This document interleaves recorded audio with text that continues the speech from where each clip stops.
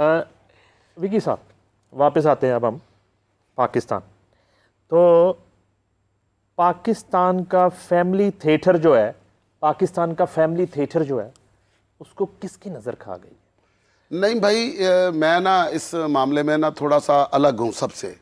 वो इसलिए अलग हूँ कि पाकिस्तान की कोई भी चीज़ जो पहले थी जैसी थी वो वैसी नहीं रही। क्या आपकी क्रिकेट पहले जैसी है? नहीं ना रही पहले जैसी। अब पहले आपकी हॉकी होती थी, अब आपकी हॉकी है नहीं। पहले जिस तरह के आपके शोज़ होते थे, पहले आपके लाहौर के अंदर सिटकॉम बनते थे, सीरियल बनते थे, फिल्में बनती थी। फिल्म बनती है? नहीं बनती। लेकिन हमारी लूटमार तो पहले जैसी है, करप्शन भी पहले जैसी है। ज्यादा हो गई। हुकूमत में आता वो नैब में नहीं जाता बाद में। देखो ज्यादा हो गई वो ना, बदली, वो तो ज्यादा हो गई। ज्यादा हो गई। अब देखें, जो लोग, जो अल्लाह का कानून है, जो दुनिया में आता है उसने वापस जाना है। वो जो एक लॉट आई थी सारे थिएटर के एक्टर्स की, वो सारे दुनिया से चले गए। अब उन्होंने तो नहीं ना रहना, अब उनके बाद वाली पौध नहीं आना ना। फिर जब उनके बाद वाली पौध आएगी, ये वो वाला थिएटर हो ही नहीं रहा जिस थिएटर पे हम एतराज कर रहे हैं। ये कोई अपनी शक्ल की और चीज है जिसको लोग देखने के लिए जाते हैं। सर 2024 के थिएटर की बात करूं ना, तो आप प्रोफेसर ऑफ थिएटर हैं, हमें असली बात बताएं, सच बताएं कि क्या चीज़ मिसिंग है कि हमारा थिएटर जो है आज, फैमिली थिएटर जो है ना, वो ख़त्म हो गया। सर आर्ट से रिलेटेड लोग वो में से हैं, किसी को आर्ट का पता ही नहीं। स्क्रिप्ट नहीं है? स्क्रिप्ट बहुत है। क्यों नहीं है स्क्रिप्ट? 10,000 स्क्रिप्ट है, ठीक है। स्क्रिप्ट करने वाला कोई नहीं है, स्क्रिप्ट की कदर करने वाला कोई नहीं है। प्रोड्यूसर नहीं है, फाइनेंसर है। फाइनेंसर को सिर्फ बुकिंग चाहिए, उसे विंग नहीं चाहिए, उसे प्लॉट नहीं चाहिए, उसे एक्टर नहीं चाहिए, उसे वो बिकने वाला वायरल बंदा चाहिए, वो चाहे किसी भी सूरत में हो। अच्छा, इसमें सिर्फ फाइनेंसर, अपना प्रोड्यूसर का कसूर नहीं है, हमारे कुछ देखने वालों का भी कसूर है। उसमें क्या होता है कि हमारे अंदर एक चेज़ा शुरू हो चुका है कौम के अंदर। वो चेज़ा क्या है कि हम मजाक मजाक में चाहत फतेह अली को सुन के उसको हिट करवा लेते हैं। हम राहत की तरह ही उसको डिस्कस करने लग जाते हैं। क्या ये ज्यादती नहीं है? हम मजाक मजाक में ही अच्छे बंदे की बेइज्जती कर देते हैं। हम उसकी इज्जत को दागदार करना चाहते हैं। अगर किसी बड़े बंदे से, मैं कहता हूँ कि कोई बड़ा बंदा है कोई, अगर उसे गलती हो भी जाए ना, वो लाडला होता है। मजाक तज़हीक में बदल गया। तज़हीक में बदल गया, तज़हीक में भी नहीं, गालियों में बदल गया। तो गालियों में बदल गया। जब पाकिस्तान की फिल्म इंडस्ट्री की बात करते हैं तो हर कोई इसको डेवलप करने की, रिवाइव करने की बात करता है। तो पाकिस्तान की जो थिएटर वाली इंडस्ट्री है, उसके बारे में डेवलपमेंट और रिवाइव करने की बात क्यों नहीं करता कोई? हाँ, ये कोशिश क्यों नहीं हो रही? क्यों नहीं हो रही कोशिश? वो तब होगी जब आपके पास आर्टिस्ट होंगे, जब आपके पास फ़नून लतीफ़ा को समझने वाले लोग होंगे, जिनको इस काम के बारे में पता होगा, इस काम की मिराज का पता होगा, ये काम है क्या। जब वो लोग ही आपके पास नहीं है, आप लोगों ने मुजरा प्रमोट करना है, मुजरे के साथ आपने थोड़ा सा ड्रामा डालना है। पहले होता था ड्रामे के अंदर गाना डाला गया था, अब गानों के अंदर थोड़ा सा ड्रामा डाला जाता है, सिर्फ बाहर लिखने के लिए कि स्टेज प्ले। ओके, बाकी स्टेज प्ले कोई नहीं कर रहा।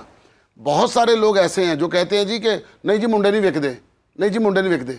अब उनकी मेंटेलिटी का आप अंदाजा लगा लें कि उनका ड्रामे के साथ कुछ लेना देना नहीं है जो ये बात कहते हैं। पहले तो स्क्रिप्ट्स होती थी, अब ऑफ हैंड स्पीचेस चलती हैं। नसीम तो है ही नहीं। नसीम विकी ने सरदार कमाल का थिएटर भी किया, तारक जावेद का थिएटर भी किया, आबिद खान का थिएटर भी किया, अमानुल्लाह का थिएटर भी किया, उमर शरीफ का थिएटर भी किया, सुहेल अहमद का थिएटर भी किया।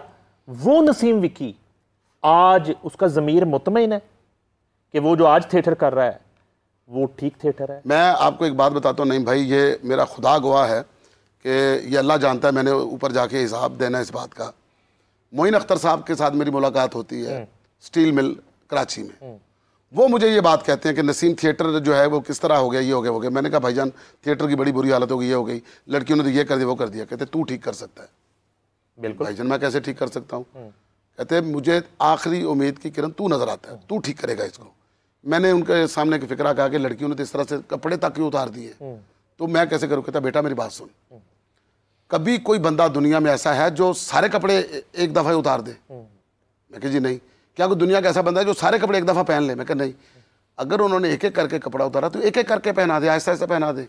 मेरे बात वो अभी तक दिमाग में है। मैं आज भी, मैं अभी जो आपके सामने बैठा हूँ, अभी यहाँ से उठ के मैं जाऊँगा थिएटर, बिल्कुल आप मेरे साथ जाएंगे, आप मेरे साथ बंदे भेजेंगे, ठीक है, या आपको चेक करने वाला भेजेंगे, मैं आपको थिएटर दिखाऊंगा। आप ये बात अगर ना कहें कि यार आपके थिएटर में अभी जान है, अभी आपकी कोशिश बाकी है, ठीक है। तो अगर नहीं कहेंगे तो मैं अपने दोनों हाथ आपके सामने हाजिर कर दूंगा, जिसमें मतलब मैं बताऊंगा आपको कि ड्रामा जो है उसके अंदर कहानी भी है, उसके अंदर इमोशन भी है, उसके अंदर अपना कैरेक्टरों की इज्जत भी है, और उसके बाद उसका एक ड्रामे का वाइंड अप भी है कि ड्रामे में इस्लाह भी है कि आप एक थड़े के ऊपर खड़े होकर, जो थोड़ा सा ऊंचा है पब्लिक से, जहाँ पर खड़े होकर आप तबलीग करते हो, आपने क्या कोई बात ऐसी समझा दी है जो लोगों तक पहुँच जाए, जो आपके लिए कामयाबी की मिसाल बन जाए, जो आपके लिए सवाब का जरिया बन जाए। आप मोस्ट सीनियर है, आपके जूनियर आपको फॉलो करते हैं, मैंने देखा है जी। तो आप जो एक चबूतरे पे खड़े होकर तबलीग की बात करते हैं, तो जो वल्गर कर रहा होता है, कभी आपस में बैठ के समझाया उसको कि यार हाथ थोड़ा रख? ये समझाया ही नहीं है। मैंने गालियां भी दी हैं, मैंने लड़ाई भी की है, मैंने उस चीज़ का नुकसान भी उठाया। होता क्या कि जब आप किसी को समझाते हैं ना, तो जो जिसका बिजनेस होता है ना, वो इस बात को नहीं लेता, वो उनको कह देता है जाके कि तुसी छोड़ो, ये हुण पागल हो गए ने ना, पागल हो गए ने ना, ये बड़े ने ना, इन्हां दा दिल नहीं करता, इन्हां दे सामने कोई हो रहा है। वल्गैरिटी डिमांड किसकी होती है? और एक बात, और दूसरी बात, जब इस तरह रियानी, फहाशी और एक मुजरा जो है वो थिएटर में दस्तयाब है, तो फिर बाजारे हुसन लोग क्यों जाएंगे? वो तो सब थिएटर में आएंगे। देखिए, पहली बात तो ये डिमांड लोगों की है ही नहीं। अच्छा, ठीक है। व्यूअर की, देखने वाले की ये डिमांड है ही नहीं। प्रोड्यूसर्स की डिमांड कह सकते हैं हम। तो ये मैं बताता हूँ आपके, ये जो करने वाले हैं ना, ये इनका अपना कसूर है। जिसको कुछ नहीं आता ना, उसे गंदगी आती है, और जिसका इस काम से कुछ लेना देना नहीं है, वो इस चीज़ का सहारा लेकर काम करता है। फिर प्रोड्यूसर जो होता है ना, उसको लगता है कि पता नहीं ऑडियंस ये देखने के लिए आई है। हरगिज़ ऑडियंस नहीं देखने के लिए आई। लोग तो इतने मासूम होते हैं, आप बंदर का तमाशा दिखाएं, एक तमाशे के अंदर आप झूठ बोलें कि ये लाश 7 फुट ऊपर जाएगी, 7 फुट नीचे आएगी, लोग ये देखने के लिए खड़े हो जाएंगे यार पता नहीं ऐसे हो जाएगा। लोग तो जाली सौदा बेच के चले जाते हैं। आज भी आपके देखे ना ज़माने में कि लोग जाली चीज़ें बेच रहे हैं और लोग खरीद रहे हैं।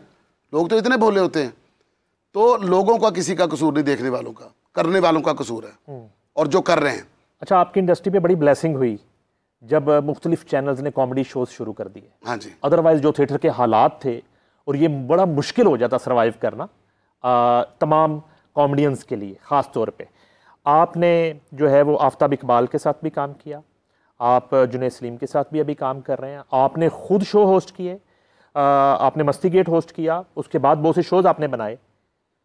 किस होस्ट के साथ आपको लगता है कि यार मुझे काम नहीं करना चाहिए था, और क्यों? कोई रिग्रेट?